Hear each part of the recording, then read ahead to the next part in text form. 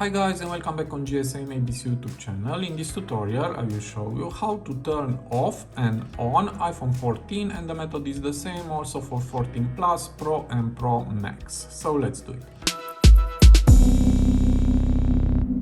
So to do that it is very easy. You need to push and hold together the volume up button and the power button like this. Keep pushing. And now just slide here to power off, and to power on, for this time you need to push and hold only this button until you will see Apple logo on your screen. So just push, and now remove your finger, wait for a few seconds.